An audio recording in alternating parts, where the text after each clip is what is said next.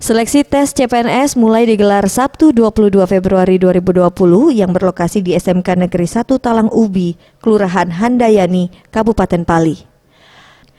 Dalam menghindari adanya kecurangan maupun adanya barang yang dilarang saat mengerjakan soal, terlihat para panitia melakukan pemeriksaan yang cukup ketat kepada peserta sebelum memasuki ruangan tes dan mengerjakan soal.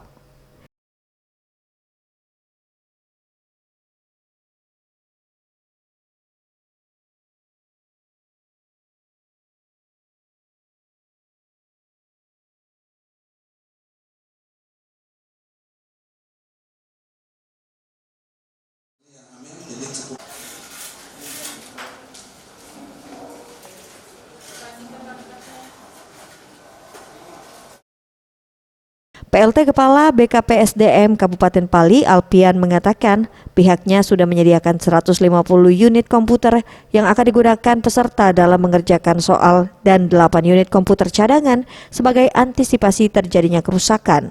Serta ia juga menjelaskan sejauh ini belum ada ditemukannya kendala berarti dalam pelaksanaan tes. 750 dibagi 5 sesi, jadi 150 per satu sesi. Hari terakhir, hari kelima ada 631. Sampai hari ini tidak ada, karena kebersamaan dari kita panitia bersama panitia lain bahu-membahu mensukseskan acara ini. Karena ini ada acara pemerintah kabupaten, bukan hanya tanggung jawab BKD, ini tanggung jawab pemerintah kabupaten.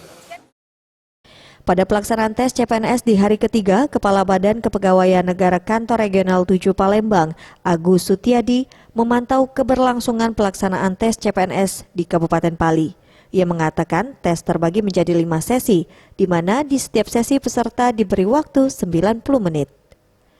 Dan pada tahap selanjutnya, dari sebanyak 3.600 peserta yang mengikuti tahap SKD, akan diseleksi menjadi 600 peserta yang akan mengikuti seleksi kompetensi bidang yang nantinya akan digelar pada bulan Maret mendatang.